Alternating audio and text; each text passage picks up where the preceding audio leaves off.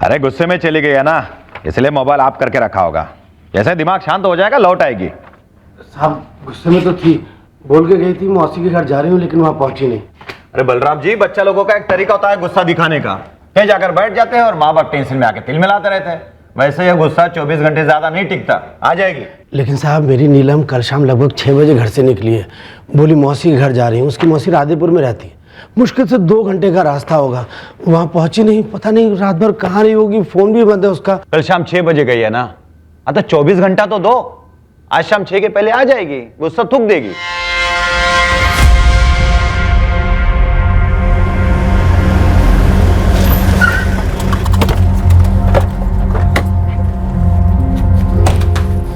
साहब परसों 10 तारीख को मेरी बेटी नीलम घर से निकली थी गुस्से में।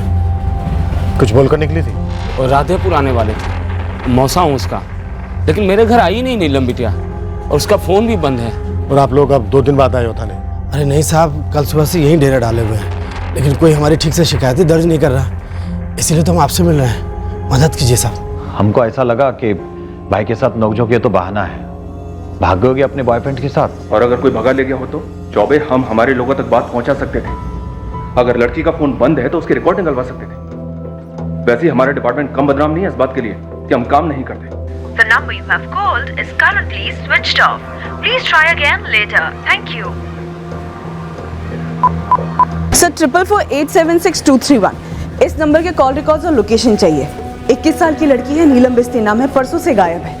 सर इस नंबर की डिटेल्स थोड़ा जल्दी मिल जाती तो अच्छा होता।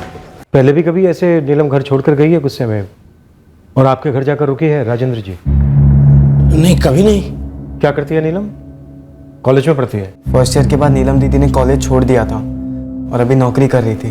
कहाँ? रामलाल बाबू के मिल में।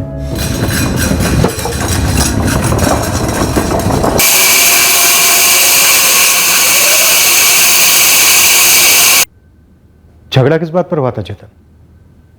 सर वो पैसों को लेके।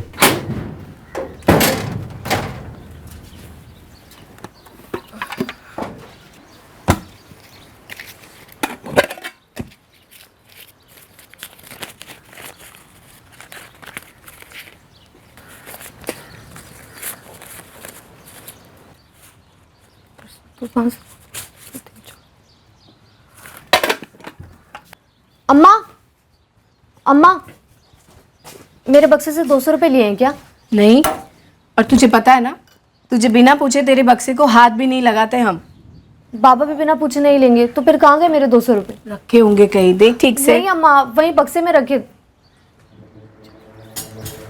चेतन, चेतन, मेरे बक्से से 200 रुपए लिए? हम काहे ले गए? कोई काम धंधा नहीं है क्या? तो नजरें क्यों चुरा रहा है? यहाँ देख, इससे पहले भी 20-50 रुपए निकालता रहा है तू।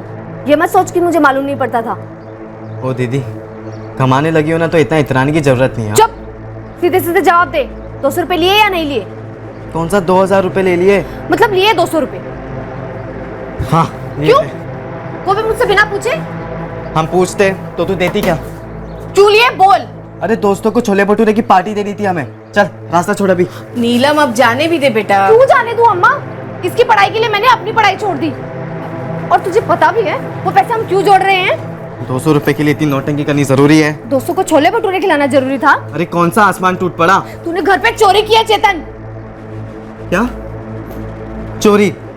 चोरी की हमने? नीलम चेतन अब बस भी करो दोनों। अम्मा मैं जाने नहीं दे सकती हूँ इसे। 200 रुपए कम नहीं होते हैं।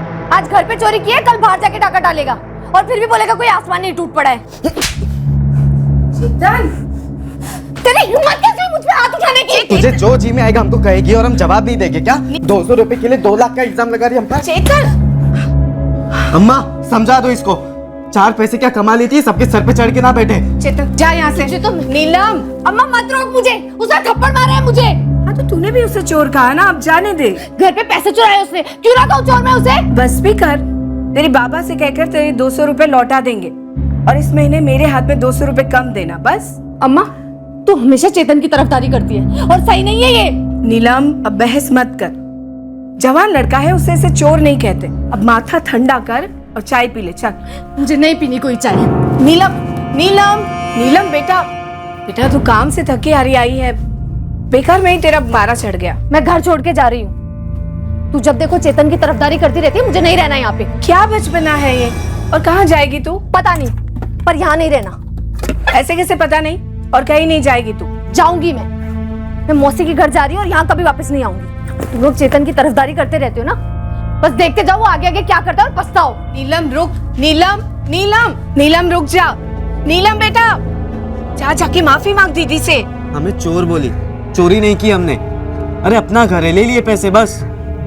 नीलम दीदी सच में घर छोड़कर चली जाएगी, ऐसा मैंने सोचा नहीं था सर। इनकी बेटी है अर्चना, उससे नीलम की अच्छी बनती है तो कभी कभी मिलने चली जाती है इनके घर, रुकी भी है वहाँ। हम तो रात भर इंतजार करते रहे सर, लेकिन वो आई ही नहीं। शेरगंज से राधेपुर कैसे जाती थी?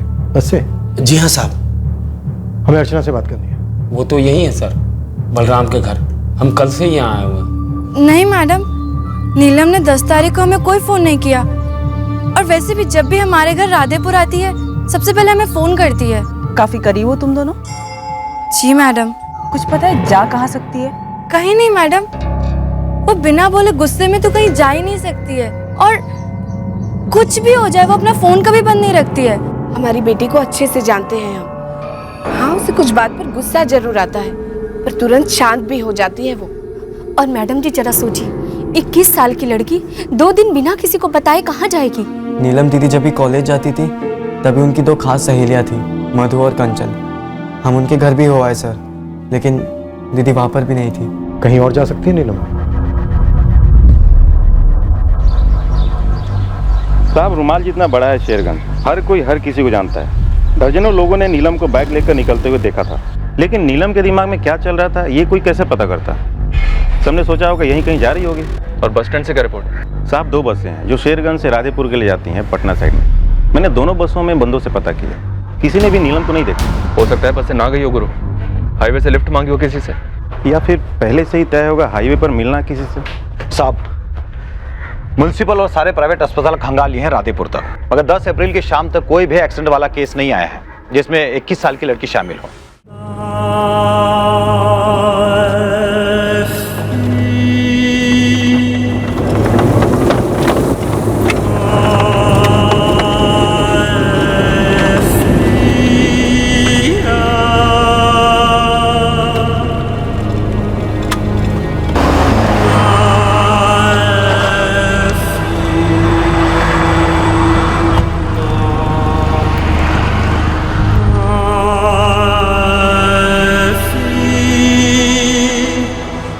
मैं नहीं मानता मैडम, बिल्कुल नहीं मानता कि नीलम जैसी लड़की गुस्से में घर छोड़ेगी और फिर वापस से नहीं लौटेगी। आप ये नीलम और उसके परिवार को कितनी अच्छी तरह से जानते हैं रामलाल जी? नीलम जैसी मेहनती लड़की तो मैंने आज तक देखी ही नहीं, और ये गुण उसे अपने बाप से मिला है, बलराम। वो भी बहुत मेहनती आदमी है, बरसों से फैक्ट्री में लोडर का काम करता आया है। नीलम यहाँ पिछले 2 साल से काम कर रही है? जी मैडम, बच्ची ने पढ़ाई छोड़ी घर में हाथ बटाने के लिए, मेरे पास आई तो मैंने तुरंत उसे काम पर रख लिया। सच बताऊं मैडम, जितने मैं उसे पैसे देता था ना, उससे ज्यादा मेहनत करती थी वो, कभी शिकायत का कोई मौका ही नहीं दिया, कभी 1 मिनट भी जाया नहीं करती थी। पूरे लगन से और ध्यान से सारा काम समय से पहले करती थी। और हाँ, अगर आप लोगों को लगता है कि कोई लड़का वड़का मिलने आता था तो भूल जाइए, ऐसा कुछ भी नहीं था। रामलाल जी, घर का कोई मसला आपसे कभी कुछ कहा नीलम ने? जी नहीं मैडम, अगर घर का कोई इतना बड़ा मसला होता तो पड़ोसियों को जरूर पता चलता, और वैसे भी शेरगंज में कोई भी बात छिपी नहीं रहती, माजरा जरूर कुछ और ही होगा। बक्से में कुल कितने पैसे होंगे जो नीलम अपने साथ लेकर गई? वो तो ठीक से नहीं कह सकते, पर हाँ, महीने के 500-600 बचा लेती थी वो। अब तक 4-5 हजार हुए होंगे। रश्मि जी, आपने बताया गुस्से में नीलम ने चेतन से कहा कि तुझे पता है ना मैं किस लिए पैसे जोड़ रही हूँ? और तुझे पता भी है वो पैसे हम क्यों जोड़ रहे हैं? नीलम किस लिए पैसे जोड़ रही थी? घर में एक और कमरा बनाने के लिए। एक और बात बता दूं, उसने पढ़ाई अपनी मर्जी से छोड़ी थी, मैंने उससे कभी कुछ नहीं कहा था। वो समझदार है, वो भाग गई थी। मेरी हैसियत नहीं है उसे और चेतन को कॉलेज में पढ़ाने के लिए, तो चुपचाप उसने काम करना शुरू कर दिया। क्या कोई और भी वजह है जिस वजह से नीलम को गुस्सा आया और वो घर छोड़कर चली गई? नहीं चेतन, हमने नीलम को घर जाते हुए नहीं देखा। राकेश भैया, हमने कोई इतना भी बड़ा जुर्म नहीं कर दिया कि दीदी घर छोड़ के चली जाए। हमें नहीं लगता कि सिर्फ तुम्हारे हाथ उठाने की वजह से वो घर छोड़ के गई है। हमें लगता है उसकी शादी को लेकर कोई बात रही होगी। लेकिन अगर ऐसा कुछ होता तो दीदी बाबा को बोलती ना, या अम्मा को। शादी तय हुई है नीलम की? तय कहाँ साहब, अभी तो सिर्फ बात हो रही है। लड़का मिला नहीं है अभी।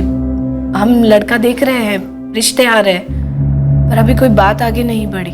पर क्या नीलम राजी है शादी करने के लिए? नहीं है, लेकिन हम तो माँ बाप हैं, हमें तो सोचना ही पड़ेगा उसकी शादी के लिए। बाबा अभी ना ही सोचो तो बेहतर है। ऐसा कैसे ना सोचें? एक तो 21 की हो गई है, ऊपर से कमाने लगी है। कल कोई ये ना कहे कि पैसों के लालच में तेरी शादी नहीं करा रहे हैं। और अर्चना तुझसे 2 साल छोटी है, फिर भी तेरी महादेवी मौसी ने अभी से उसके लिए लड़के देखना शुरू कर दिया है। अम्मा एक बार हमारे घर का दूसरा कमरा बन जाए फिर कर देना हाथ पीली। मैं कौन सा मना कर रही हूँ। क्यों? दूसरा कमरा बनवाने के बाद यहीं पर जमे रहने का प्लान है? हाँ, मैं शादी ही नहीं कर रही तो यही रहूंगी ना। मतलब वो पूरा एक कमरा सिर्फ तेरे अकेले का? हाँ भाई। क्या कोई लड़का है जिसे नीलम पसंद करती है, जिसकी वजह से उसने शादी के लिए मना किया? साहब हम गरीब जरूर हैं, लेकिन इतने नहीं कि शर्म बिक गई हो। हमारी नीलम बहुत सुलझी हुई और समझदार लड़की है। वो ये बॉयफ्रेंड शॉयफ्रेंड के चक्कर में तो कभी आ ही नहीं सकती। गीता, नीलम की कॉलेज फ्रेंड मधु और कंचन, इन दोनों से भी बात करो। हो सकता है कोई बॉयफ्रेंड वाला मामला हो। सर नीलम की मौसी की बेटी अर्चना, वो काफी क्लोज है नीलम के। उसने भी कोई बॉयफ्रेंड का जिक्र नहीं किया। अर्चना करीब जरूर है, पर है तो मुझसे बहन ही। हो सकता है नीलम ने उसके साथ कुछ शेयर ना किया हो। नीलम फर्स्ट ईयर बीकॉम तक पढ़ी है। आज फिर टिफिन भूला ना तो कल से नाश्ता अखबार में बांध के दूंगी राजू। हमने 3-4 लड़के के बारे में बताया था बलराम जी को। वो खुद आए थे सामने से, कहे कि गवर्नमेंट सर्विस में कोई लड़का हो तो बताना। नीलम ने तुमसे कभी कुछ ऐसा कहा क्या कि मेरे लिए लड़के वड़के ना देखो, कोई और है? हमारे और नीलम के बीच में ऐसी बातें नहीं होती थी। दरअसल 1-2 बार हमने उसको घर छोड़ा तो हमने पूछा कि भाई फलाना लड़का तुम्हें पसंद क्यों नहीं आया, तो हमेशा उसका एक ही जवाब रहता था कि राकेश भैया हमें भी शादी नहीं करनी। अच्छा, हालांकि पुलिस को लगता है कि उसकी लाइफ में कोई लड़का था। वाकई में था? पता नहीं, 3-4 दिन से गायब, भागी भागी होगी किसी लड़के के साथ। ना, अगर कोई लड़का होता तो सबसे पहले घर पे बताती, भागती भागती नहीं। अगर कोई होता भी तो रिश्ता इतना छुपा हुआ कैसे रह सकता?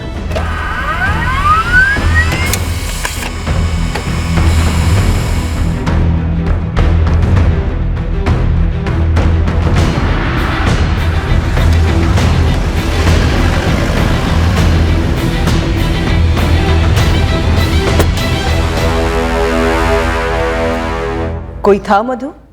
कंचन? मेरे हिसाब से नहीं। नीलम ने हमें कभी कुछ बताया ही नहीं मैडम। देखो स्कूल से लेकर कॉलेज तक तुम तीनों साथ में थे। नीलम ने कभी कुछ ना बताया, लेकिन तुम दोनों ने कभी तो कुछ तो महसूस किया होगा। वही तो मैडम, कभी कुछ महसूस नहीं हुआ, मतलब नहीं था। और हमें कुछ डाउट होता तुम सीधा उसी से पूछ लेते, लेकिन ऐसा कुछ था ही नहीं। दरअसल मैडम हम दोनों भी यही सोच रही थी। नीलम इतनी गैर जिम्मेदार हो ही नहीं सकती कि वो खुद कहीं चली जाए या किसी के साथ भाग जाए। उसे अपने घर वालों की बहुत फिक्र है। चलो एकदम सीक्रेट वाला अफेयर हुआ भी होगा, किसी को भी ना बताने वाला टाइप का, फिर भी एक टाइम पर वो अपने माँ बाप को तो ज़रूर बताती। भाग जाना उसका स्टाइल ही नहीं है मैडम।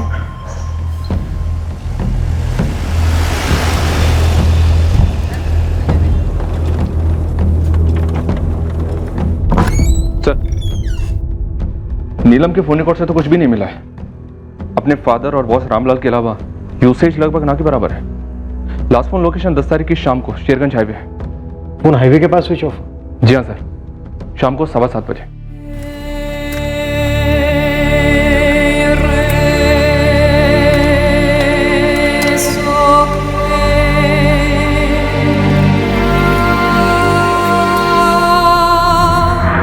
अगर नीलम अपनी मौसी के घर जा रही थी तो अपना फोन स्विच ऑफ क्यों करती? या फिर पहले से प्लान था कि फोन स्विच ऑफ करके कहीं भाग जाना है? क्या जबरदस्ती उसका फोन स्विच ऑफ करवाया गया? अगर उसका फोन जबरदस्ती स्विच ऑफ करवाया गया होगा सर, तो मतलब शायद नीलम को किसी ने किडनैप किया होगा। नहीं साहब, उस लड़की को गायब होने में हमारे कोई हाथ नहीं साहब। 10 अप्रैल की शाम को ऐसा कुछ हुआ हमने सुना भी नहीं साहब। बच्चों की कसम खा के कहना साहब, 10 अप्रैल को मैं शेरगंज में था ही नहीं। अब तुम दोनों कान खोल के सुनो। आज 14 अप्रैल है, 4 दिन हुए। पता करो लड़की कहां पर है, नहीं तो तुम दोनों लापता हो जाओगे हमेशा के लिए। 21 साल की लड़की है, फोटो फॉरवर्ड कर दिया मैंने आपको। जरा अनआइडेंटिफाइड बॉडीज की रिपोर्ट में चेक कीजिए।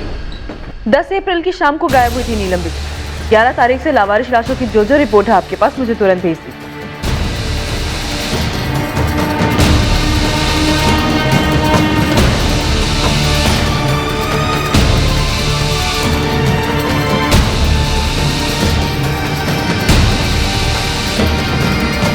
हर एक हिस्ट्री शीटर की एक एक मूवमेंट को चेक करना है। ये उन हिस्ट्री शीटर की लिस्ट है जिन पर रेप और अटेम्प्ट टू रेप के चार्ज लगे हुए हैं। मुन्ना, ये मर्डर और अटेम्प्ट टू मर्डर वाले हिस्ट्री शीटर की लिस्ट है। इनमें से कोई भी जरा सा भी आनाकानी करे कुछ बोलने में तो थाने में हाजिरी लगाने को बोल देना। आप कह रहे हैं कि नीलम दीदी के साथ कुछ गलत हुआ है? 5 दिन हो गए हैं। इस बात की पूरी संभावना है कि किसी क्रिमिनल ने नीलम के अकेले होने का फायदा उठाया हो, लेकिन वो कोई जान पहचान वाला ही होना चाहिए अगर ऐसा कुछ हुआ है तो, क्योंकि हाईवे पर किसी ने कोई चीखना चिल्लाना तो सुना नहीं है। लेकिन ऐसा कोई क्यों करेगा? हमारी नीलम ने तो आज तक किसी का कुछ बिगाड़ा ही नहीं।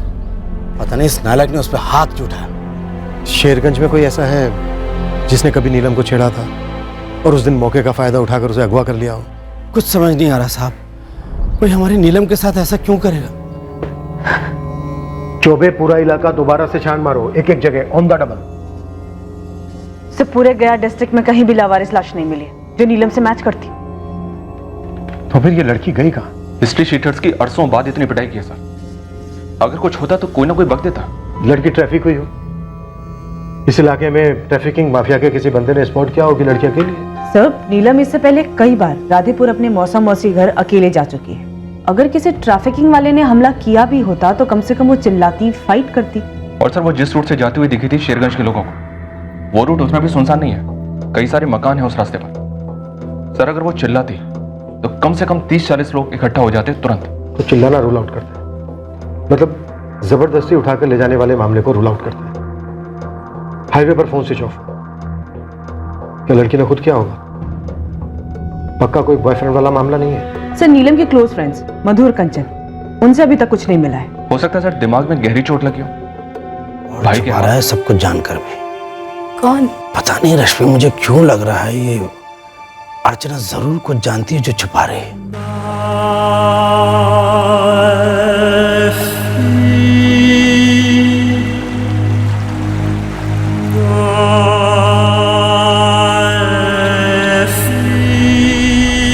मैं कह तो रही हूँ कि नीलम ने मुझे कुछ नहीं बोला। आप लोग मेरा यकीन क्यों नहीं कर रहे हैं? देखो, हमें लग रहा है तुम हमसे कुछ छुपा रही हो बेटा। देख बेटा, बाद में पता चला कि तुम्हें कुछ मालूम है तो बहुत बुरा लगेगा हमें।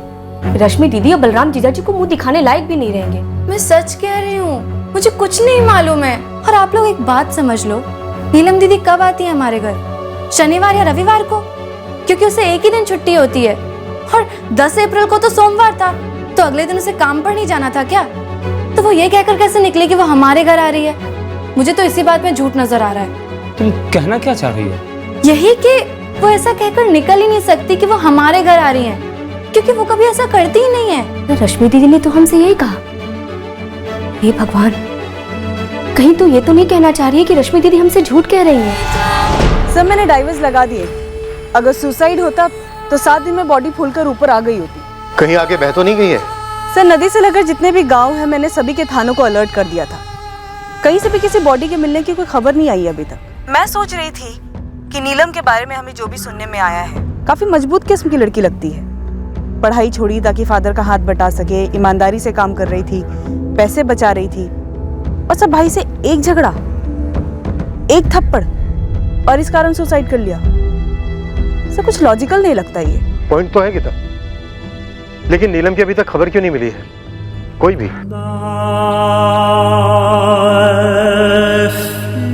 नीलम बिश्ती के पोस्टर्स हमने शेरगंज, राधेपुर और आसपास के सारे इलाकों में लगवाए। नीलम को गायब हुए अब 10 दिन हो चुके थे, पर अजीब बात थी कि हमें रिस्पांस लगभग ना के बराबर मिला। पर एक मसला था।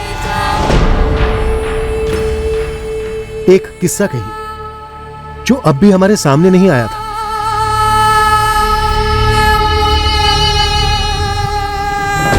ये अतीत में हुई एक घटना थी। मैंने गेट पे लक्ष्मण को देखा, तब जाके मुझे याद आया। तो पुलिस को बोले या रत्ना मैम को? तुम दोनों को लगता है हरिशंकर ने कुछ किया होगा? रत्ना मैडम, हमें जैसे ही कुछ याद आया तो हमने सोचा आपको बता दें। हमें ये बात पुलिस को बता देनी चाहिए। वो पुलिस वाली मैडम थी ना, वो बार बार पूछ रही थी क्या कॉलेज में कुछ ऐसा हुआ था जिसकी वजह से किसी ने कुछ किया हो। कॉलेज में सिक्योरिटी गार्ड था? Yes sir, Harishankar Gupta. 2 साल पहले की बात है। हुआ क्या था? नीलम ने हरिशंकर के खिलाफ शिकायत की थी।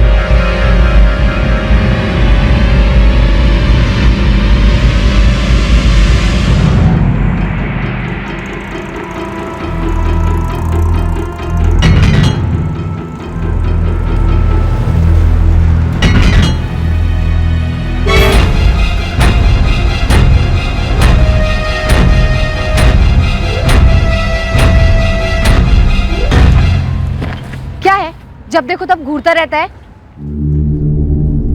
मैं आपको थोड़ी घूर रहा था। अंधी नहीं हूँ मैं, हर रोज देखती हूँ। आंखें फाड़ फाड़ के देखता रहता है। हुआ क्या है तुझे? मुझे कुछ नहीं हुआ। आप गलत मतलब निकाल रही हैं। अच्छा, तो तू ही समझा मुझे। इस बात का सही मतलब क्या निकालूं? लड़की गलत समझी, मैंने किसी को नहीं छेड़ा। चुप रहो। तुम्हें सिक्योरिटी के लिए रखा है ताकि तुम स्टूडेंट्स की हिफाजत करो, और तुम हो कि उन्हीं को छेड़ते हो। मैडम जी, मैं सिर्फ कोई गलत नजर से नहीं देख रहा था। हाँ तो बता ना, किस नजर से घूर रहा था उसको? नहीं रत्ना जी, वार्निंग सही नहीं है, डायरेक्ट डिसमिस। हम लोगों ने इसे इंसानियत के नाते एक मौका दिया, और कहीं इस इडियट ने उस मौके का गलत फायदा उठाया तो, कहीं रेप वेप मर्डर वर्डर कुछ कर दिया तो हमारा कॉलेज तो बदनाम हो जाएगा ना।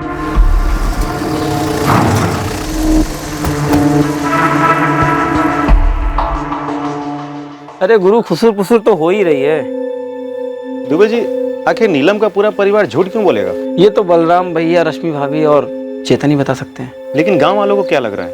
अरे यही कि अगर मौसी के घर जाने के लिए निकली होती तो वहां पहुंचती, एक फोन तो करती।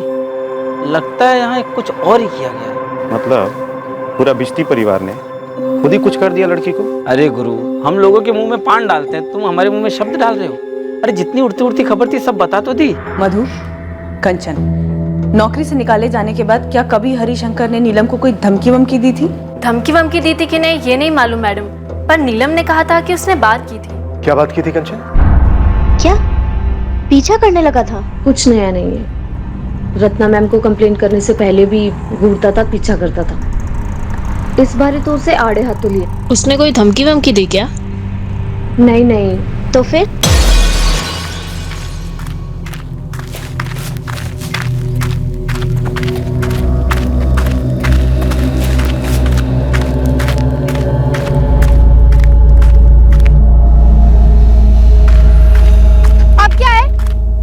आपने गलत किया मैडम। हाँ, गलत किया। कॉलेज में नहीं, पुलिस में तुम्हारी शिकायत दर्ज करनी चाहिए थी। और अभी भी देर नहीं हुई है, जा सकती हूँ पुलिस स्टेशन। अब करोगे तो क्या फर्क पड़ेगा? सजा तो मुझे मिल चुकी है। कोई भी काम नहीं दे रहा, मेरा नाम खराब कर। नाम नहीं, तेरी नजरें खराब है, उसी का फल है। अब मेरा पीछा करना छोड़ दे और चला जाए यहाँ से, वरना अभी पुलिस थाने चली जाऊंगी। उसके बाद नीलम ने कभी हरिशंकर की बात नहीं की। लेकिन तुम दोनों ने ये पीछा करने वाली बात हमसे क्यों छुपाई? हमें लगा कुछ सीरियस मसला होता तो वो खुद ब खुद कंप्लेन करती आपके पास, लेकिन उसने कभी की ही नहीं, तो हमने भी नहीं की। सर, ये रहे हरिशंकर गुप्ता के सारे डिटेल्स, फोन नंबर, एड्रेस, सब कुछ। फोन नंबर, एड्रेस, ये सब 2 साल पुराने हैं? सर, हमारे रिकॉर्ड में तो यही है। The number you have called is currently out of coverage area. Please try again later. Thank you. Phone तो आउट ऑफ सर्विस है, एड्रेस चेक करते हैं।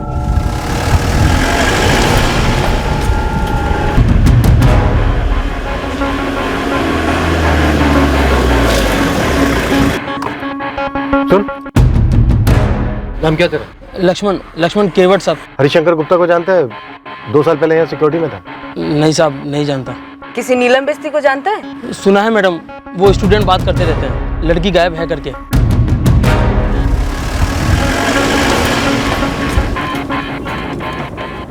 दीदी ने हमें चोर कहा, हमारा हाथ उठ गया और हम गुस्से में बाहर जाके बैठ गए। तो जब तुम्हारी दीदी घर छोड़कर चली गई तो उसने घर के बाहर तुमसे कुछ बोला था?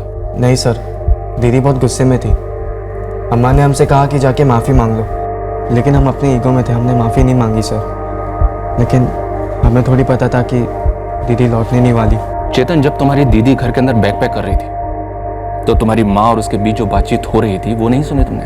नहीं सर, हम तो बाहर बैठे थे ना, और अंदर वो चिल्ला तो नहीं रहे थे।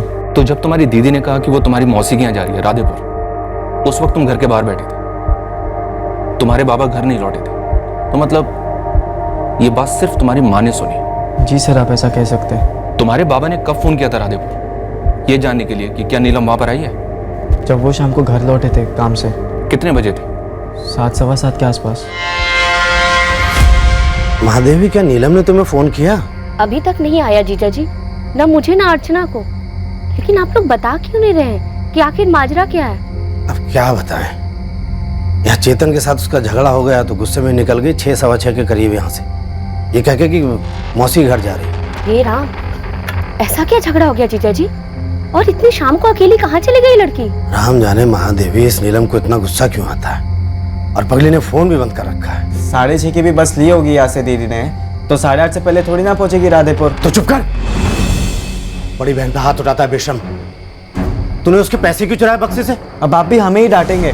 200 रुपए क्या ले लिए दोस्तों को पार्टी देने, सबने गुनहगार मान लिया हमें। 8:30 बजे जब मौसी को फोन किया तो दीदी तभी भी वहां नहीं पहुंची थी, और तब भी दीदी का फोन बंद ही था। अच्छा चेतन, क्या लगता है तुम्हें, ये झगड़ा, ये थप्पड़, ये सिर्फ एक बहाना था? हो सकता है घर छोड़ने का असली कारण कुछ और ही हो। मतलब सर? मतलब ये मौसी के यहाँ जाने वाली बात क्या झूठी है? लेकिन सर, हमारी अम्मा झूठ क्यों बोलेगी? अर्चना ने हमसे कहा कि वो शनिवार या रविवार को ही वहां आती थी, या किसी छुट्टी के दिन। वो अपने काम पर एक दिन के लिए भी एब्सेंट नहीं रहती थी और ना ही लेट होती थी। फिर उसे गुस्सा चाहे जितना भी आया हो। चेतन, कुछ जानते हो तुम? कुछ नहीं। क्या जानते हम? जिस दिन उसे कॉलेज से निकाला गया उसके 1 हफ्ते बाद ही हरिशंकर ने एड्रेस छोड़ दिया, 2 साल पहले। वहां से कहां चला गया? कोई लीड? उस वाक्य के बाद किसी ने भी हरिशंकर गुप्ता को नहीं देखा, पूरे शेरगंज में कहीं नहीं देखा। अगर आप चाहें तो मैं उन लोगों से कांटेक्ट कर सकता हूं जो हरिशंकर के टच में हो सकते हैं। तुम उसके टच में नहीं हो? उस कॉलेज वाले मामले के बाद मैंने उससे कभी भी काम पर नहीं भेजा और ना ही कोई बात हुई। हमें उसका लेटेस्ट फोन नंबर चाहिए दिनेश। हमें शक है कि नीलम रिश्ते के साथ उसी ने कुछ किया है। मैं बंधु से बात करता हूँ और जो भी जानकारी मिलती है मैं तुरंत आपको दूंगा। सर, टाइमिंग खटक रही है। बदले की कोई टाइमिंग नहीं होती है गीता। हमने कई केसेस में देखा है, लोग बाग 20-20 साल के बाद भी बदला लेते हैं। सर, मैं 10 अप्रैल की शाम की टाइमिंग की बात कर रही हूँ। नीलम झगड़ा करने के बाद घर से गुस्से से निकलती है और फिर उसी दिन उसी शाम को चुन चुन के उसे कौन मिलता है? हरिशंकर गुप्ता। टू मच इत्तेफाक सर। जरूर है, पर एक से ज्यादा इत्तेफाक होते तो हम दोबारा सोच सकते। एक का गुस्सा, एक का बदला, आपस में टकरा जाना, ये भी तो इत्तेफाक हो सकता है। इस बड़ा अजीब है हमारे लिए। नीलम गुस्से में घर से निकली, उसका कोई बॉयफ्रेंड प्रेमी है नहीं, जबरदस्ती उठाया जाना लगभग असंभव। तो फिर नीलम गई कहां? हुआ क्या उसके साथ? यही बात तो हम पूछ रहे हैं साहब, कि क्या हम अपनी बेटी की शक्ल देख पाएंगे कभी? देखिए, इस वक्त हमारे हाथ में सिर्फ हरिशंकर गुप्ता का सुराग है, जो अभी तक हमें मिला नहीं है। हम पूछ रहे हैं हमारी बेटी कभी मिलेगी, सही सलामत घर लौटेगी? इस वक्त हमारे लिए कुछ भी कहना मुश्किल है। हम इस सब भावना को भी टटोल रहे हैं कि क्या नीलम खुद से यहाँ से कहीं बहुत दूर चली गई है। पर सवाल यह है कि क्या नीलम ऐसी है? इतना गुस्सा भरा था उसके अंदर।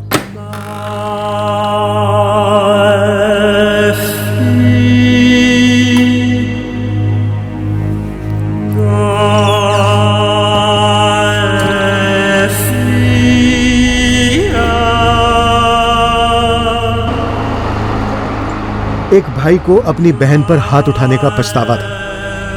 इस झगड़े की वजह से उसकी बहन गुस्से में घर छोड़कर जो चली गई थी। एक बाप अपनी गुमशुदा बेटी के बारे में कोई खबर सुनने के लिए तरस गया था।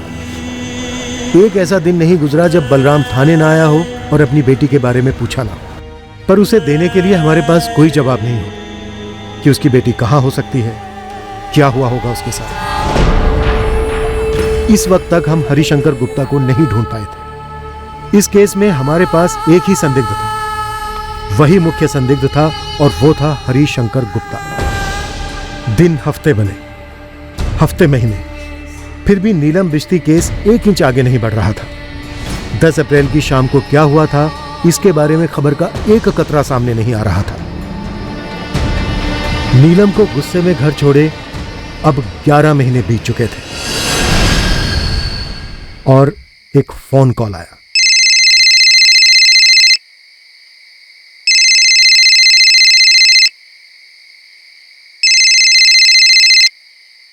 हेलो हेलो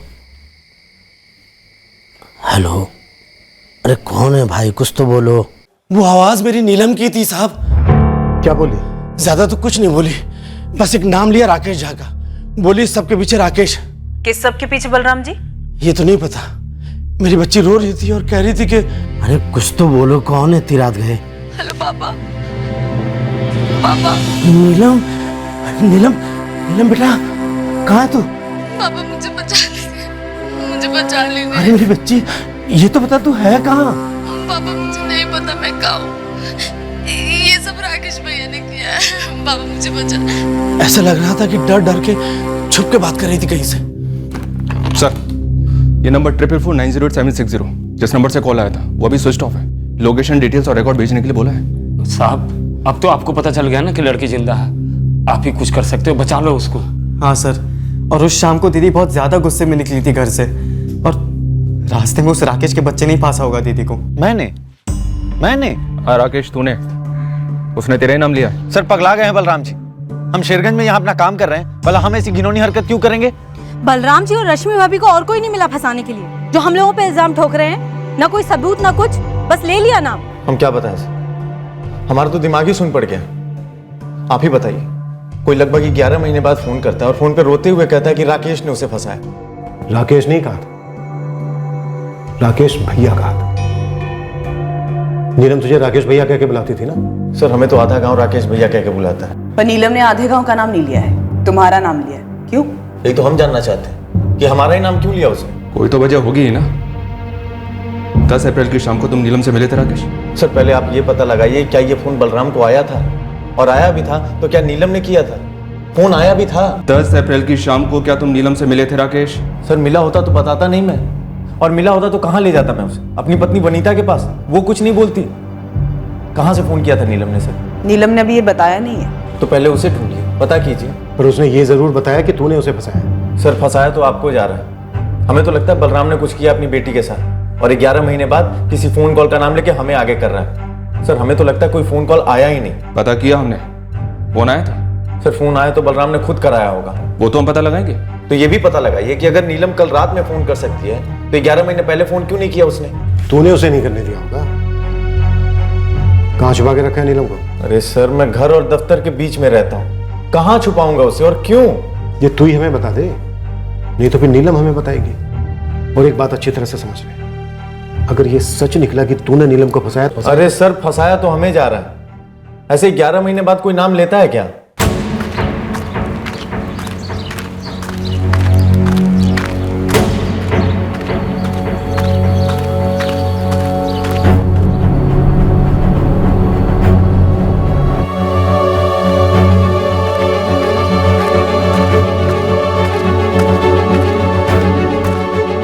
राजेंद्र कल चलना है मेरे साथ, मैं अकेले नहीं जा सकता। लेकिन जाना कहाँ बलराम? इलाहाबाद। क्यों? वो सब रास्ते में बता दूंगा तुम्हें, चलोगे ना तुम मेरे साथ? एक मिनट बलराम, ये 5 दिन पहले जो फोन आया था, क्या वो सच में नीलम का था? उसने सच में राकेश झा का नाम लिया था?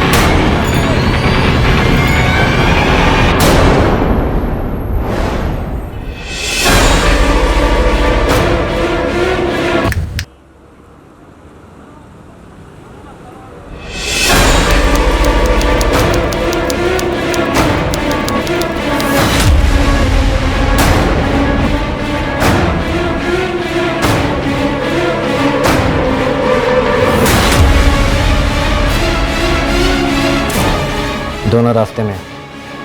कागजात 10 मिनट में कुछ तो है जो वो जानते हैं।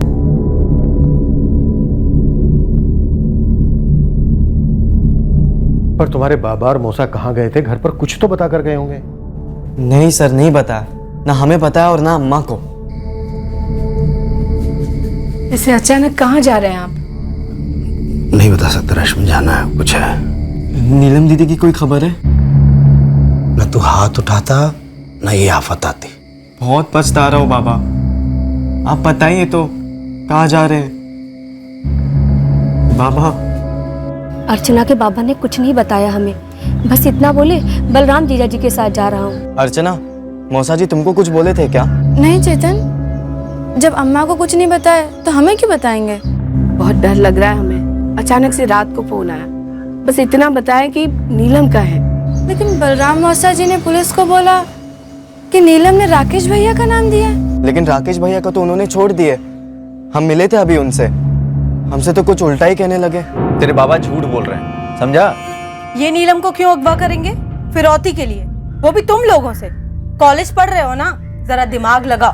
हमको तो कुछ समझ ही नहीं आ रहा है। बाबा और मौसा जी कहीं चले गए, वो भी हमको बिना बताए। अरे वो सच बोलेंगे नहीं, और तेरी बहन भी तुझ पे गुस्सा होकर घर छोड़ के नहीं गई है। माजरा कुछ और है चेतन, तेरे बाबा खेल रहे हैं गेम। आज हमारा नाम लिया है, कल किसी और का नाम लेंगे। हमें नहीं लगता कि हमारे बाबा कुछ गलत कर सकते, लेकिन जब से वो लौटे एकदम गुमसुम से रहने लगे। कुछ तो जरूर हुआ है सर।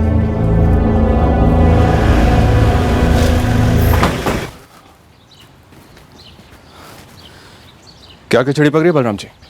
क्या? अपने साड़ू भाई राजेंद्र के साथ कहाँ गए थे आप? काम था। कैसा काम?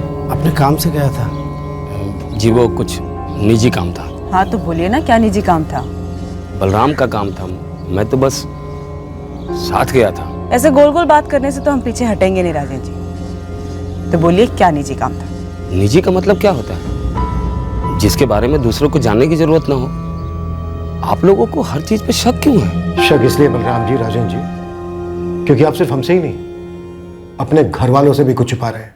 मैं शेरगंज छोड़ना चाहता हूँ, इसलिए इलाहाबाद गया था नए काम की तलाश में, राजेंद्र को साथ लेके। अब इसमें ऐसा भी कुछ निजी नहीं है, पहले ही बता देते। काम मिला? नहीं, फिर जाना है। पर आप जा क्यों रहे हैं शेरगंज छोड़कर? मेरा दम घुटता है, बेटे की याद सताती। आप लोग को अंदाजा भी है कि एक बाप पे क्या बीतती जब उसकी गुमशुदा बेटी की खबर तक नहीं मिलती? आप लोगों ने तो आज तक कुछ किया नहीं। वो एक कॉलेज के सिक्योरिटी गार्ड का नाम दिया था, उसको तक नहीं पकड़ पाए। हरिशंकर गुप्ता, क्या किया है उसने, आप जानते हैं कुछ? जानता तो अभी तक चुप रहता। सच बोलिए बलराम जी, क्या नीलम ने वाकई में आपको फोन किया था? जिस नंबर से फोन आया था वो नंबर भी दिया। क्या आप लोगों ने कुछ किया? आप लोग तो वो फोन के रिकॉर्ड से आदमी का पता कर सकते हैं ना, तो फिर इस नंबर का रिकॉर्ड क्यों नहीं निकलवा रहे हैं? कल आने की संभावना है, वक्त लगता है इन चीजों में। टाइम तो बहुत लगता है साहब आपको। 11 महीने हो गए मेरी बेटी को गायब हुए। सच है, पर आज आपको झूठ बोल रहे हैं हमसे। आपके सारे सवालों के जवाब दिए मैंने, मेरे एक सवाल का सही जवाब नहीं दे रहे हैं आप लोग। रहने दीजिए साहब, रहने दीजिए। मेरी बेटी है, मैं खुद ढूंढ लूंगा। आपने हमारे लिए, मेरी बेटी के लिए कुछ नहीं किया। आप पे भरोसा नहीं रहा साहब, हमें माफ कर दीजिए। वो हमसे कुछ छुपा रहा था, पर वो क्या छुपा रहा था ये जानने का हमारे पास कोई जरिया नहीं था।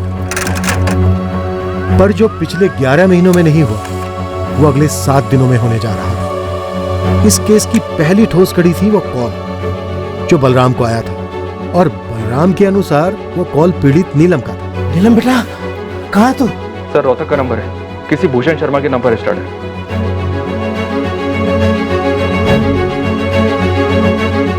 मतलब 18 मार्च की रात को वाकई में कॉल आया था बलराम का? सर, अगर नीलम ने बात की थी तो वो इस भूषण शर्मा से कनेक्टेड है। तुम रोहतक के लिए निकलो और इस भूषण शर्मा के कॉल रिकॉर्ड्स के सारे कॉल स्कैन करो, देखो इलाहाबाद से क्या कनेक्शन निकलता है।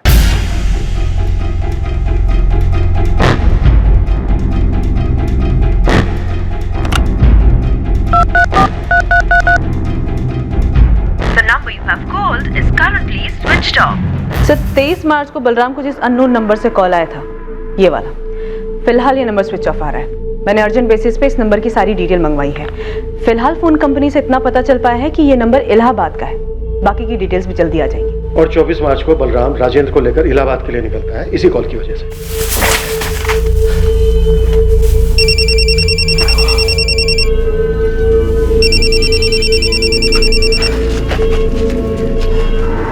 हेलो। हेलो, बलराम बिश्ती। जी, आप कौन बोल रहे हैं? नीलम तुमसे मिलना चाहती है। क्या? कौन बोल रहे हैं आप? तुम्हें इलाहाबाद आना होगा तुरंत। और 18 मार्च को इस रोहतक वाले भूषण शर्मा के नंबर से नीलम का कॉल आता है और वो शेरगंज के ही राकेश झा का नाम है। और सर 19 से 20 मार्च तक हमने इस राकेश की काफी तुड़ाई भी की थी। और वो अड़ा रहा कि उसे फंसाया जा रहा है।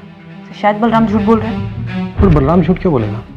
सर मुझे नहीं लगता कि नीलम अपनी मर्जी से कहीं गई है। शायद ये फैमिली के अंदर की बात है जो शायद चेतन को नहीं पता, इसलिए हमें नहीं बता पा रहे हैं। गीता, गुरु को बोलो कि वो बलराम और राजेंद्र के पीछे लग जाए और पता करे कि ये लोग इलाहाबाद क्यों गए थे।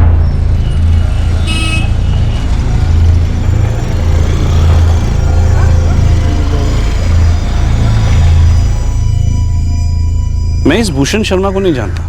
मेरे पहले कभी किराए पे रहा होगा। ओम प्रकाश जी से पूछिए। मकान मालिक जी, वो सामने वाले घर में ही रहते हैं। ये तो भूषण शर्मा है। मेरे यहाँ 2 साल पहले किराएदार था। अभी कहाँ है? पता नहीं सर, बता के नहीं गया। मगर मेरे एड्रेस पे लिया हुआ सिम कार्ड वो आज भी यूज कर रहा है। गलत है ना सर? भूषण के साथ हुए एग्रीमेंट की कॉपी है आपके पास? उसमें भूषण ने अपना कोई परमानेंट एड्रेस तो लिखा ही होगा। सर एक कच्चा एग्रीमेंट था, उसमें उसका परमानेंट एड्रेस भी था, मगर अब वो मेरे पास नहीं है। मगर मुझे बराबर याद है कि वो भिवानी का रहने वाला था और आपके पास जो मोबाइल नंबर है वही मेरे पास है। क्या मैं पूछ सकता हूँ कि आप उसे क्यों ढूंढ रहे हैं? हमारे इलाके से एक लड़की गायब हुई और उसमें भूषण का नाम आया है। ओह, ये भूषण जब यहाँ रहता था तो काम क्या करता था? सर यही पास में एक सचदेवा शुगर मिल है, वहीं पे काम करता था। चंदर, ये कब की बात है? तारीख तो ठीक से याद नहीं है गुरु। हाँ, लेकिन जब मैं लोडिंग कर रहा था तब अचानक बलराम जी का फोन बजा।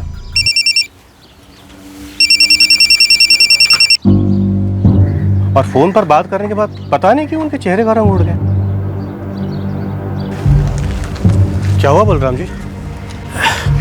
कुछ नहीं। इस चेहरे का रंग क्यों उड़ा हुआ? कोई परेशानी है? कुछ नहीं।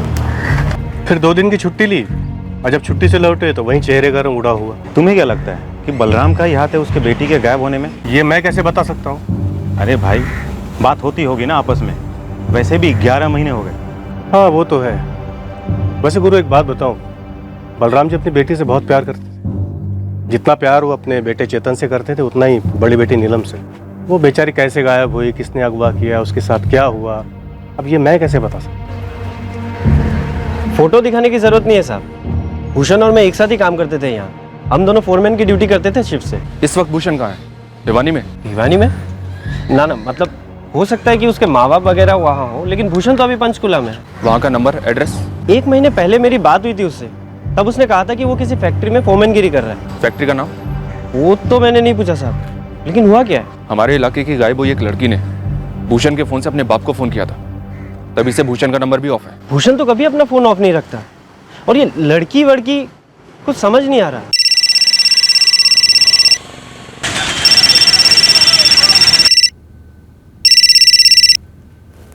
हेलो जी, कौन बोल रहे हैं? जी, आपने फोन किया है, आप बताइए कौन बोल रहे हैं? Bihar police assistant sub inspector Geeta Jaiswal.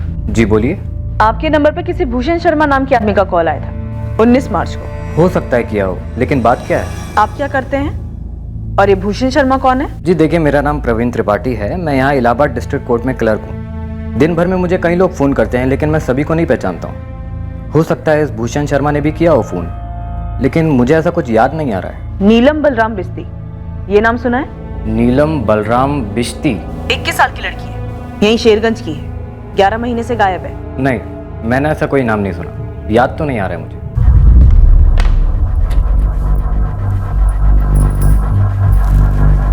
शेरगंज police का फोन था।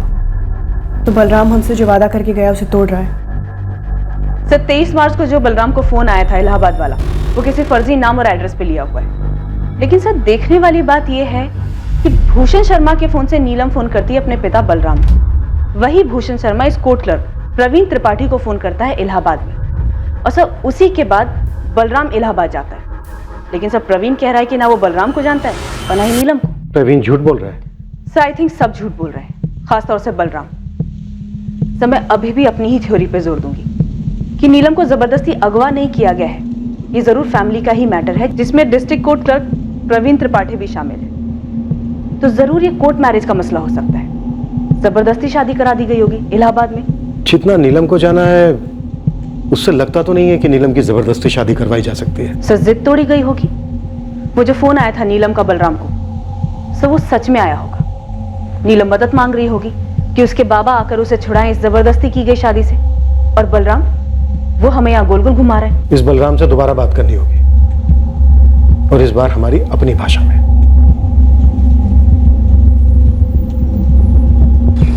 सर और कोई सिर्फ एक डिटेल बता सकते हैं भूषण शर्मा के बारे में? सिर्फ एक फोन नंबर है जो फिलहाल बंद है। उसी के एड्रेस से घूमते घामते यहाँ तक पहुंचे हम। फैक्ट्री में फोरमैन का काम करता है ये। साहब ये इंडस्ट्रियल एरिया है, हर जगह फैक्ट्री है। हर फैक्ट्री खंगाल गोविंद, ये पक्का है कि कोई फैक्ट्री है जहाँ ये काम करता है या काम करता था। मैं एक टीम बनाकर फैला देता हूँ लड़कों को, निकलेगा कुछ ना कुछ जरूर निकलेगा। बाबा हम मानते कि हमने दीदी के डिब्बे से 200 रुपये चुराए थे और वो चोरी ही थी। हम ये भी मानते कि हमने उससे बड़ी गलती दीदी पर हाथ उठा के की, लेकिन बाबा हम ये नहीं मानते कि इस वजह से दीदी घर छोड़कर गई है। दीदी कहाँ पे? आपने दीदी को कहाँ पर छुपा के रखा है?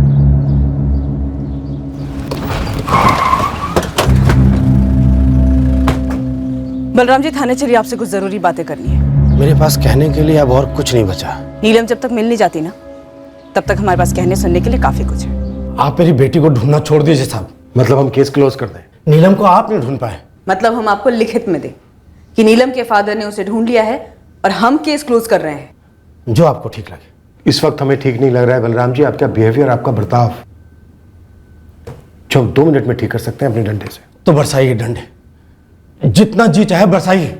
ऐसा क्या कर दिया नीलम के साथ जो आप हमारे डंडे से खुद को दंड देना चाहते हैं? किसी से जबरदस्ती शादी तो नहीं करवा दी है इलाहाबाद में? कहीं ये मिसिंग केस पहले ही दिन से एक नाटक तो नहीं था? तुम्हारी खामोशी का ये एक एक पल हमारे शक को और गहरा करता जा रहा है। अब तो हम दावे के साथ कह सकते हैं कि अगर नीलम घर वापस नहीं लौटी है वो इसलिए क्योंकि इसका जिम्मेदार उसका बाप है। क्यों बलराम, ये गुमशुदगी का नाटक क्यों? राम कसम मैंने पुलिस को कुछ नहीं बताया। तो फिर वो मुझ तक कैसे पहुंचे? मुझे नहीं पता, मैं पुलिस से बात ही नहीं कर रहा हूँ। तो अभी बात कर और बोल उन्हें साफ साफ कि मुझे ये केस आगे नहीं बढ़ाना है। तुझे तेरी बेटी की परवाह है या नहीं? हाँ है। तो बस केस वापस ले ले, जल्द से जल्द। मुझे ये केस आगे नहीं बढ़ाना साहब। तुमने कोई मार्केट से प्रेशर कुकर नहीं खरीदा है कि वापस कर दिया और फिर रिफंड भी मिलेगा? तो क्या करेंगे आप? मारेंगे? मारिए, जान से ही मार दीजिए मुझे। ये ड्रामा नहीं बलराम, पीड़ित तुम्हारी बेटी नीलम है, तुम नहीं। तुम गुनहगारों की तरफ हो। गुनहगार तो ये गरीबी है साहब। सिर्फ 200 रुपए और एक थप्पड़ की वजह से मेरी बेटी घर से निकल गई गुस्से में, ये सच है और ये बदल नहीं सकता। क्योंकि ये हुआ है तो बाकी सब भी हुआ। बाकी सब? इस बाकी सब पर थोड़ी रोशनी डालेंगे? मुझे नहीं पता साहब मेरी बेटी है कहाँ। अगर पता होता तो उसे मैं कब का घर ले आता। आपके ये बकवास भाषण नहीं सुनता। सर इस भूषण शर्मा का पंचकुला के घर का एड्रेस मिल गया है। इसने 21 मार्च को फैक्ट्री से नौकरी छोड़ी। खबरी गोविंद इसके किराए के मकान पर है। इस वाले घर से भी निकल गया? गोविंद कह तो यही रहा है सर। इस भूषण शर्मा को ट्रेस करना बहुत जरूरी है मनोज। ये केस कुछ अजीब है। बलराम काफी कुछ जानता है और काफी कुछ छुपा भी रहा है।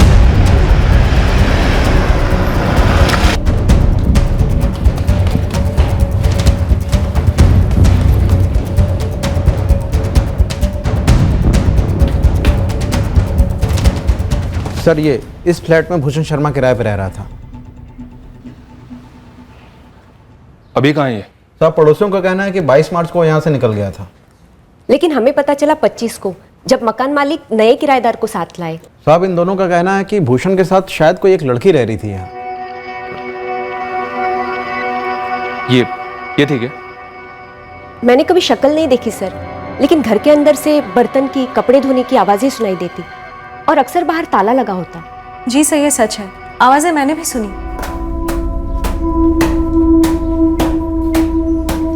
सुना? मगर ऐसे कैसे? मुझे पहले लगा बिल्ली बिल्ली होगी। बिल्ली तो बर्तन गिरा सकती है ना, ब्रश से कपड़े थोड़ी धोएगी। और बस एक बार मैंने उस भूषण को घर लौटते हुए देखा मुझसे रहा नहीं गया तो मैंने उसे सीधा पूछ लिया। भूषण जी, कोई आया है क्या घर पर? नहीं तो। दोपहर को कुछ आवाजें आ रही थी अंदर से, मैंने और कोमल दोनों ने सुनी। अच्छा, बड़ी अजीब बात है।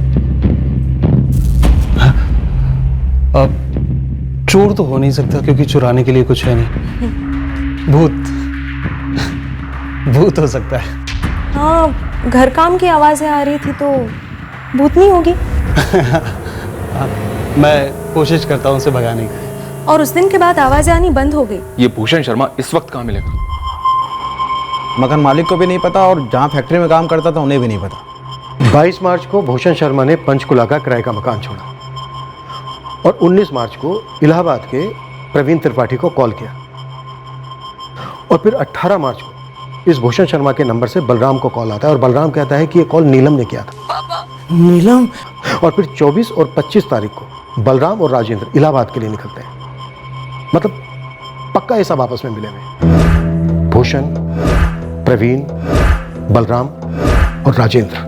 ये चारों कनेक्टेड लगते हैं, लेकिन सर सवाल यह है कि इस वक्त नीलम का है, वो सही सलामत है भी या नहीं? 11 महीने कोई पहल नहीं और अब अचानक से तूफान सा आया है लीड्स का और खबरों का। साहब, मैंने बलराम और राजेंद्र दोनों पर फील्डिंग लगा रखी है, लेकिन दोनों हद से ज्यादा चुप हैं। सर, ये प्रवीण त्रिपाठी इलाहाबाद वाला, उठाते हैं इसे सब। वो तो कर लेंगे, लेकिन इस प्रवीण को तोड़ेंगे किस बात पर? हमारे पास कोई सबूत नहीं है कि बलराम और प्रवीण के बीच कोई कनेक्शन है। सिर्फ इतना कि प्रवीण इलाहाबाद में रहता है और ये लोग शायद उससे मिलने गए होंगे। साहब, ये बलराम का लड़का चेतन और राजेंद्र की लड़की अर्चना क्या वाकई में कुछ नहीं जानते हैं या फिर टॉप लेवल की एक्टिंग कर रहे हैं? सर, मैं पहले दिन से कहती आई हूँ, ये घरेलू मामला ही है। घरेलू मामला है तो फिर हमारे पास शिकायत दर्ज क्यों करवाई? किसे गुमराह करने के लिए? प्रवीण मेरे लेने के देने पड़ रहे हैं। पुलिस रोहतक से पंचकुला पहुंची और उन्हें भिवानी पहुंचने में देर नहीं लगेगी। भूषण, शांति रखो, हमें जो करना है हम कर रहे हैं। तुझे जो करना है कर, लेकिन मुझे इस झमेले में नहीं पड़ना है।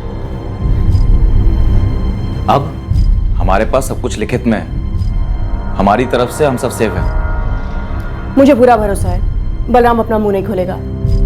मैं तो कहती हूँ रात गई बात गई, भूल जाओ सब कुछ।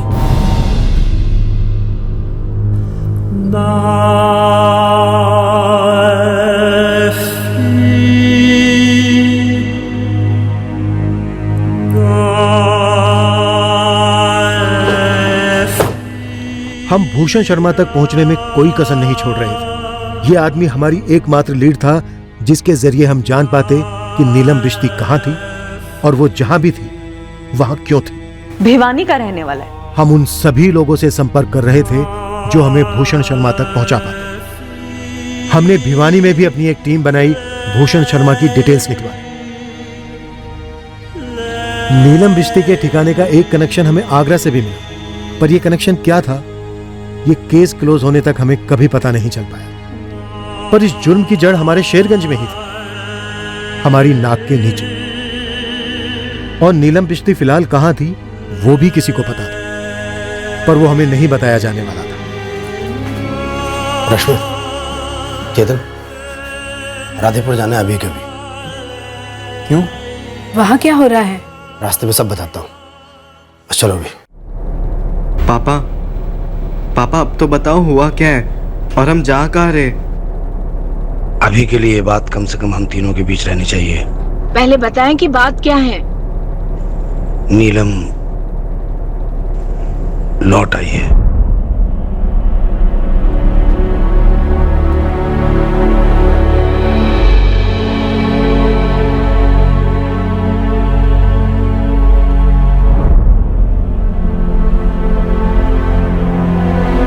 महीने बाद लौटी है।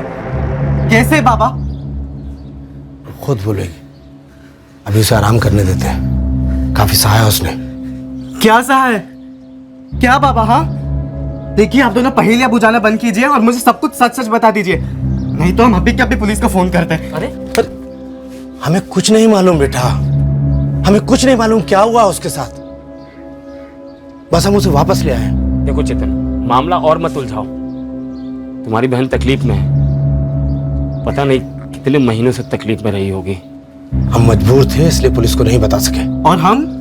अम्मा? अरे हमसे छुपाने की ऐसी कौन सी मजबूरी थी बाबा?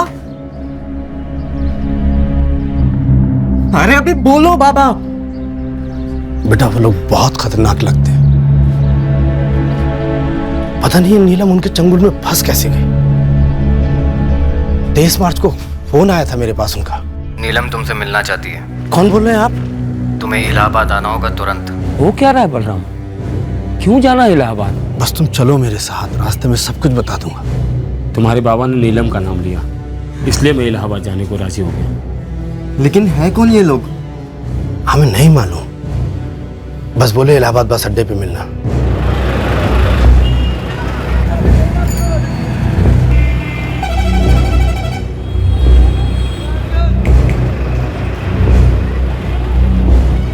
पता नहीं उस आदमी ने हमें कैसे पहचान लिया। उसे हमारे नाम मालूम थे, वो हमें साथ ले गया।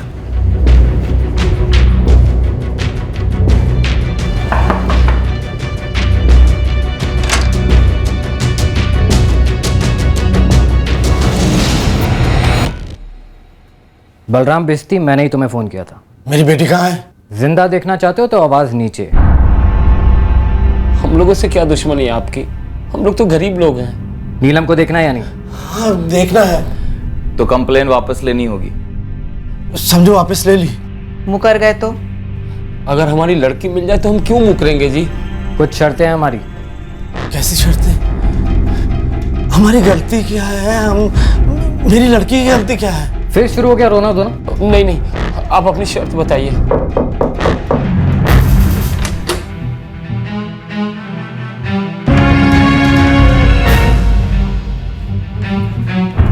उन लोगों ने स्टाम्प पेपर तैयार कर रखा था चेतन, और मेरी फोटो भी चिपकाई हुई थी।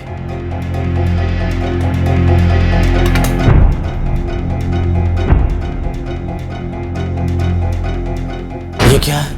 ये दस्तावेज है कि तुमने अपनी मर्जी अपनी खुशी से नीलम की शादी कराई। क्या? और पुलिस में झूठी कंप्लेन लिखवाई कि वो गुमशुदा है। और एक बात कान खोलकर सुन लो, अगर तुम इस दस्तावेज पर दस्तखत नहीं करते हो, अंगूठा नहीं लगाते हो, तो नीलम को जिंदा नहीं देख पाओगे। मार डालेंगे तुम्हारी बेटी को। सोचने का वक्त तो मांगना भी मत। अभी ये ऑफर दे रहा हूँ, कबूल कर लो, वरना कहानी खत्म।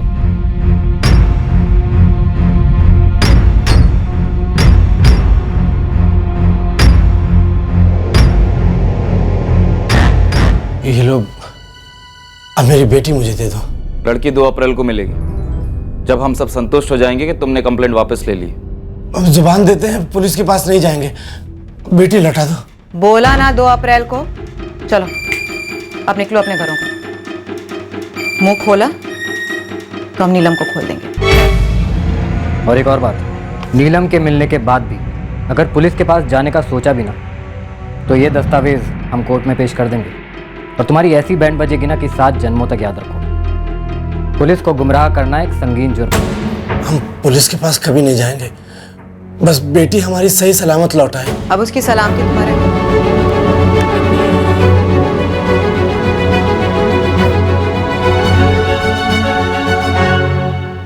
बस इसी कारण से हमने पुलिस को कुछ नहीं बताया, और तुम लोग को भी।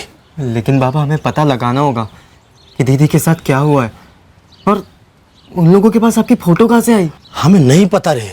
तो उस रात वाकई में आपको दीदी का फोन आया था? हाँ बेटा। अरे कुछ तो बोलो, कौन इतनी रात गए?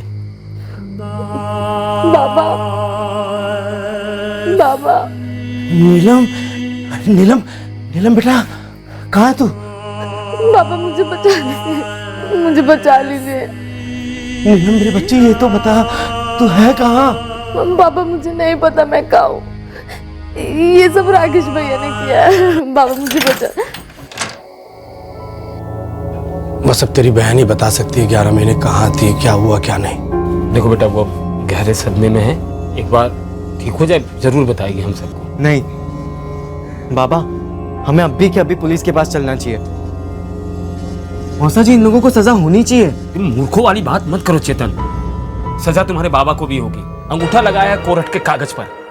देखो बेटा, पुलिस अगर उन्हें पकड़ भी लेना तो मरेंगे हम। ठंडे दिमाग से काम लो चेतन, तुम्हारी बहन लौट आई है पूरे 11 महीने बाद। हम तो मान ही बैठे थे कि दोबारा कभी चेहरा ही नहीं देख पाएंगे। देखो बेटा, बस उसकी देखभाल करनी है, ठीक करना है उसे।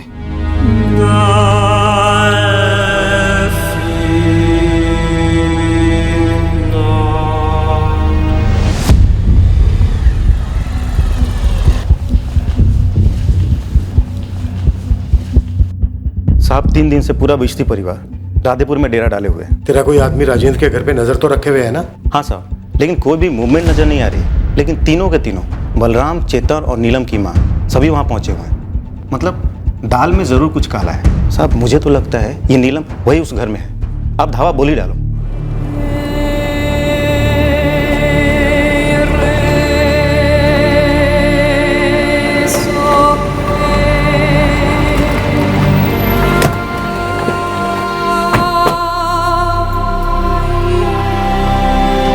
राजेंद्र जी, बलराम जी हैं घर पर? वो तो काम पर गए हैं। बिस्ती परिवार यहाँ क्यों रुका हुआ है? जी बात क्या है? नीलम के बारे में नहीं पूछेंगे आप? आप लोग चाहते क्या है?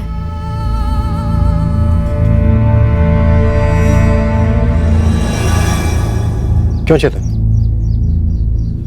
तुम सब लोगों ने शेरगंज क्यों छोड़ा? बस ऐसे ही सर, वो कुछ दिन के लिए आए हम यहाँ पर। सच बोलो। क्योंकि नीलम दीदी वापस लौट आई है सर। और ये हमें इन्फॉर्म ना करने की कोई खास वजह? नीलम दीदी की हालत कुछ खास नहीं है सर। कुछ हमें बता नहीं रही है कि क्या हुआ, कहाँ पर थी, इसलिए रहे। और हम कृपया करके आप लोग जाइए। कंप्लेन खारिज करने के लिए ये तो लिखना पड़ेगा ना कि 11 महीने नीलम कहाँ थी। नीलम, क्या तुम्हारे परिवार ने तुम्हें कहीं भेजा था? 11 महीने कहाँ थी तुम? ऐसा कुछ भी नहीं है। बाबा थोड़े डरे हुए थे, इसलिए बाबा ने कुछ बताया नहीं, और अभी भी डरे हुए। क्या बोल रहा है आपका बेटा? चेतन, तुम अब कुछ नहीं बोलोगे? साहब, हमें भी अब कुछ नहीं बोलना। देखिए, आप डरिए मत, हम आपकी मदद के लिए हैं। नहीं चाहिए हमें आपकी मदद। सर हम बताते। चेतन, सर उन्होंने बाबा से स्टैम्प पेपर पर अंगूठा लगवाया और बाबा को ये बोलकर डरा दिया है कि अगर कुछ भी होगा आगे जाके तो उसके लिए बाबा फंसेंगे, और वो लोग नहीं, मेरी बहन। इसके साथ तो बहुत कुछ गलत हुआ है सर, कुछ बोल भी नहीं पा रही है वो। बाबा और मौसा जी जाकर दीदी को इलाहाबाद से छुड़ा लाए थे, इस शर्त पर कि वो अपना कंप्लेंट वापस ले लेंगे। नीलम, देखो बेटा, आपको डरने की बिल्कुल जरूरत नहीं, और न ही आपके बाबा को डरने की जरूरत है। पर बेटा, बताना जरूरी है कि हुआ क्या था। साहब, मैं आपके हाथ जोड़ता हूँ, पैर पड़ता हूँ, कृपया करके आप लोग। बलराम जी, आप हम पर थोड़ी कृपा कीजिए और थोड़ा भरोसा कीजिए। क्या हुआ था? कौन लोग थे?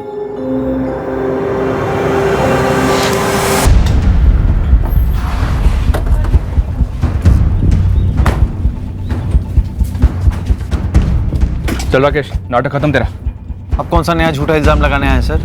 बच्चे को रिश्तेदार के पास छोड़िए और तुम इसके साथ जाओ, फिर इसको भी घसीटते हुए लाना। अरे हुआ क्या है? सर बताइए तो सही, हुआ क्या है? सर, अरे सर, कैसे मेरे पति पे हाथ उठा रहा? सर, अभी तो सिर्फ हाथ उठाया, अभी तो तुम्हारे पति का ऐसा हश्र करेंगे कि तुम पहचान नहीं पाओगी। मेरे गुस्से का फायदा उठाया राकेश ने। कहाँ लेकर गया तुम्हें राकेश? पता नहीं चला, पहले उसकी गाड़ी में, फिर बस में।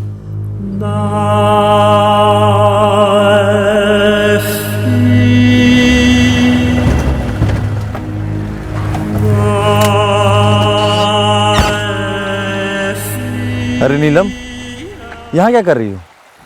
बैग लेकर के कहीं जा रही हो क्या? क्या हुआ? मैंने राकेश को सब कुछ बताया। मैं भैया बुलाती थी उसे, भरोसा था उसके ऊपर। मैं अपना सारा गुस्सा उगल गई। चेतन के साथ हुए झगड़े से मेरा माथा फिर गया था और मैंने उसे सब कुछ बता दिया। बिल्कुल सही किया तुमने नीलम, बिगड़ गया है चेतन। अम्मा कहती है भुला दे, माफ कर दे। लेकिन उसने माफी नहीं मांगी होगी। एक तो चोरी, ऊपर से सीना चोरी।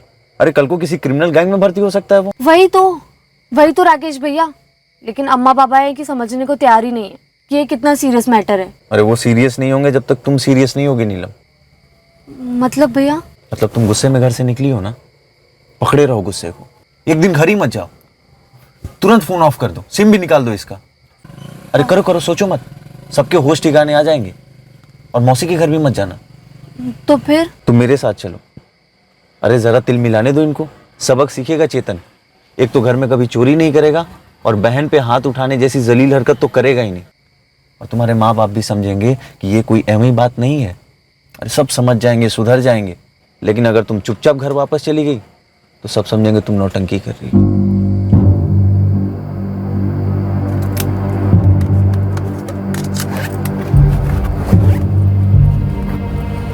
मुझे पता ही नहीं चला कि मुझे फंसाया जा रहा है। कभी सोचा ही नहीं था कि राकेश भैया भेड़िया निकलेगा। मैं राकेश भैया के साथ चली गई। मुझे उसके इरादों के बारे में कुछ नहीं पता था।